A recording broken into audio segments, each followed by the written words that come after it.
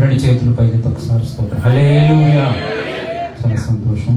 అందరికీ కూడా హృదయపూర్వక వందనాలు తెలియజేస్తూ స్థానిక దైవజనులు డాక్టర్ కె రవి గారు అన్నగారికి హృదయపూర్వకమైనటువంటి వందనాలు. వేదిక మీదనటువంటి దైవజనులకి అందరికీ కూడా నా ప్రత్యేకమైన వందనాలు. చక్కగా కార్యక్రమం నడిపిస్తున్నటువంటి సహోదరులకి నా హృదయపూర్వకమైన వందనాలు తెలియజేస్తూ చేరవచ్చినటువంటి ఈ యొక్క కార్యక్రమ ఆహ్వానాన్ని మన్నించి చేరవచ్చిన ప్రియాత్మీయులను మీ అందరికీ నా ప్రత్యేక వందనాలు తెలియజేస్తూ కార్యక్రమం యొక్క ప్రత్యేక ఉద్దేశము తండ్రి గారు మరణాన్ని జ్ఞాపకం చేసుకుంటూ క్రైస్తవుని యొక్క జీవితము పుట్టుక కావచ్చు, లేకపోతే పెరిగేటువంటి విధానంలో కావచ్చు, ఏ సమయమైనా ఏ పరిస్థితుల్లో అయినా దేవుని నామాన్ని మహిమపరిచేటువంటి వారముగా మనమందరము ఉంటూ ఉంటాం. చనిపోయారు కదా అనేసి ఆ బాధలోనూ, లేకపోతే అదే పరిస్థితుల్లో నా తండ్రిని లేకపోతే నా ఇంట్లో వారిని ఎందుకు తీసుకెళ్ళావు ప్రభు అనేటువంటి ప్రశ్న కాకుండా వాక్యము తెలియజేస్తున్నట్టుగా నరులారా తిరిగి రండని దేవుని వాక్యము తెలియజేస్తుంది. ఆ వాక్యానికి మనము లోబడినటువంటి వారమై పరిశుద్ధ గ్రంథము ప్రతిదినము ధ్యానించేటువంటి వారముగా దైవజనుల యొక్క మాటలు అనునిత్యము వింటున్నటువంటి వారిగా జరగాల్సినటువంటి ప్రతి కార్యక్రమము దేవునికి మహిమకరంగా జరిగిస్తూ ఉంటాం.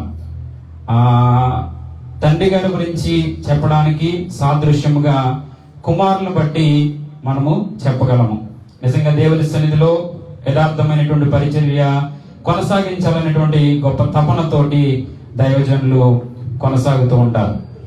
మరొక ప్రత్యేకమైన విషయంగా మొట్టమొదటిసారి ఈ యొక్క వేదిక మీదకు లేకపోతే సంఘంలో మొట్టమొదటి నిలబడడానికి దేవుడు కృప చూపించారు. దైవజనుల చేతుల మీదుగానే నేను అభిషేకించబడడానికి దేవుడు కృప చూపించారు. హల్లెలూయా, హల్లెలూయా. అభిషేకించబడిన తరువాత వారు నా వెన్నంటుండి నాకు అనేక రీతులుగా సజెషన్స్ చేస్తూ సంఘం నడిపించడంలో కానీ వెనుదన్నుగా ఉంటూ ఈ విధంగా నడిపించబడడానికి అయిన తరువాత ఒక సంవత్సర కాలము యానివర్సరీ కూడా జరుపుకోవడానికి దేవుడు కృప చూపించారు.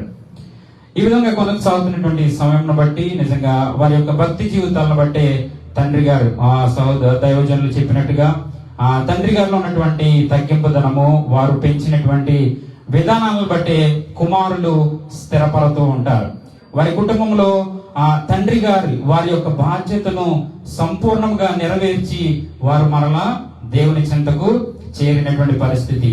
మనము ఒకసారి పరిశుద్ధ గ్రంథంలో చూసినప్పటికీ ప్రసంగి గ్రంథము ఆఖరి అధ్యాయంలో మనం చూస్తే గనక మనం మొట్టమొదటిగా చెప్పుకున్నట్టుగా క్రైస్తవుని జీవితము ఏ సందర్భంలోనైనా, అటు కన్నీటి పరిస్థితుల్లో అయినా, ఇటు సంతోషకరమైనటువంటి పరిస్థితి అయినా, ఏదైనా బాధలో ఉన్నా దుఃఖంలో ఉన్నా, ఏ పరిస్థితి అయినా మనము దేవుణ్ణి స్తుతిస్తూనే ఉంటాము, ఆయన నామాన్ని గణపరుస్తూనే ఉంటాము. ఇంత బాధాకరమైనటువంటి సమయంలో దైవజనులు స్వదేశం వెళ్ళి రావడము, దైవజనరాలు ఇక్కడే ఉండడము, దైవజనులు వెళ్ళిన తరువాతే వారి చేతుల మీదుగానే ఆ శ్వాస అనేది విడవడము, ఇవన్నీ కూడా దైవజనులు తండ్రి గారి పేరు కూడా యాకోబు అని విన్నాను నేను. సో ఇజ్రాయేల్ పరిస్థితులు మనం చూసినప్పుడు కూడా తండ్రి చనిపోయినటువంటి సమయంలో కుమారులు తీసుకున్నటువంటి జాగ్రత్త, ఒకవేళ వారు పరాయి దేశంలో చనిపోతే గనక వారిని మరలా స్వదేశము తీసుకొచ్చి వారిని భూస్థాపితం చేసినటువంటి పరిస్థితిని మనము చూస్తుంటాం. ఇదంతా కూడా దేవుడు మనకు పెట్టినటువంటి నియమాలు, నిబంధనలుగా మనము గమనించగలము. మనము చక్కటి పాట పాడుతూ ఉంటాం. పరదేశులము ప్రియులారా మన పురమీది కాదెప్పుడు, నిజముగా పురమీది కాదెప్పుడు అనేటువంటి పాట. సో మన పురము ఇది కాదు, మనము పరలోకం నుండి దేవుని దగ్గర నుంచి వచ్చినటువంటి వారము, మరలా మనము దేవుని దగ్గరకు చేరవలసినటువంటి వారము. అయితే ఈ మధ్యస్థ కాలం ఏదైతే ఉందో, ఈ మధ్యస్థ కాలంలో దేవుడు నియమించిన నియమాలు, కట్టడలు, ఆజ్ఞలు ఇవన్నీ పాటిస్తూ దేవునికి ఇష్టమైనటువంటి బిడ్డలుగా మనము జీవించగలగాలి. ఒక దైవజనులు సమాధి చేస్తూ ఆ గోతులో ఆ యొక్క హోంలో గోతులో ఆ యొక్క పెట్టెను పెట్టి పెట్టక ముందు దైవజనులు వారి యొక్క చుట్టూ వచ్చినటువంటి ప్రజలందరినీ పిలిచి చెబుతున్నటువంటి మాట, ఇదిగో దైవ జనాంగమా చేరి వచ్చినటువంటి ప్రియులారా, ఒకానొక రోజున మనము కూడా ఈ గోతిలో పెట్టబడబోతున్నాము. పెట్టబడబోతున్నటువంటి మనము నిజంగా మారు మనసు పొందామా, రక్షణ పొందామా, దేవుని చెంతకు చేరడానికి మనము సిద్ధపడ్డామా అన్నటువంటి గొప్ప ప్రశ్నలు ఆ సమాధి దగ్గరే ఏ సమయంలోనైనా దైవజనులుగా సువార్త ప్రకటింపు.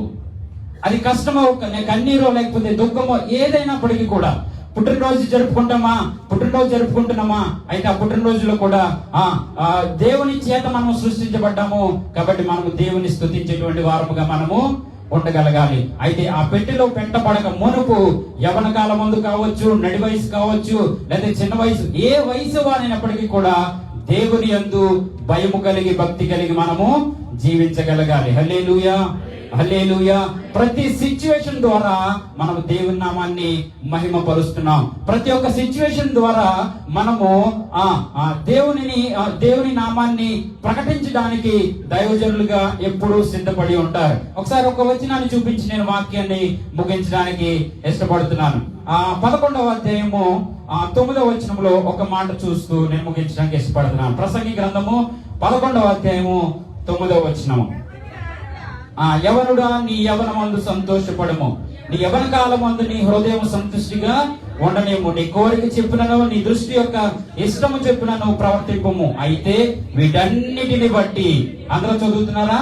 అయితే వీటన్నిటిని బట్టి దేవుడు నిన్ను తీర్పులోనికి తెచ్చునని జ్ఞాపకం ఉంచుకొనుము. వీటన్నిటిని బట్టి జరిగేటువంటి వయసే అటు పుట్టుగా ఇటు మరణానికి మధ్యలో జరిగేటువంటి ప్రతి పరిస్థితికి మనము ఒక లెక్క అప్పగించాల్సినటువంటి వారమై ఉన్నాము. నిజంగా కూడా చనిపోయిన తరువాత సమాధి చేయబడము వాక్యం తెలియజేస్తుంది. ఒకరి జీవితము సరైన రీతిలో సమాధి చేయబడకపోతే వాని జీవితము వ్యర్థము అనేటువంటి మాట. ప్రతిదీ కూడా సమాంతరమైనటువంటి విషయంలో దేవుని యందు భయము కలిగినటువంటి వారు, భక్తి కలిగినటువంటి వారి జీవితాలు చాలా అద్భుతముగా ముగించబడతాయి. హల్లెలూయా, హల్లెలూయా.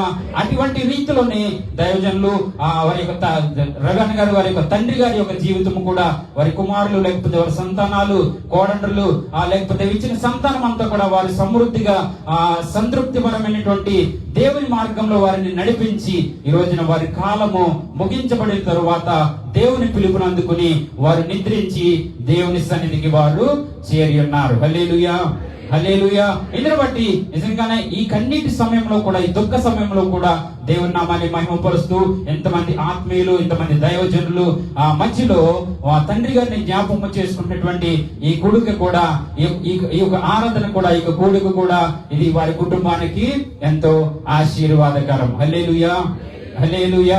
తప్పక దేవుని యొక్క సన్నిధిలో అబ్రహాము నెమ్మది పొందు స్థలంలో ఉన్నట్టుగా తండ్రి గారు కూడా నెమ్మది పొందు స్థలంలో ఉండి ఒకానొక రోజున వెనక ముందైనప్పటికీ కూడా ప్రతి ఒక్కరము ఆ దేవుని సన్నిధికి చేరాల్సినటువంటి వారమే ఉన్నాం. ఆ పరలోకంలో మరలా తండ్రి గారిని చూసేటువంటి గొప్ప విశ్వాసము, నిరీక్షణ కలిగి కుటుంబము, సంఘము కూడా ఉందురుగాక. ఈ పరిశుద్ధ మాటలు మనందరం ఇంట్లో దేవుడి బాబుకు దీవించాలి.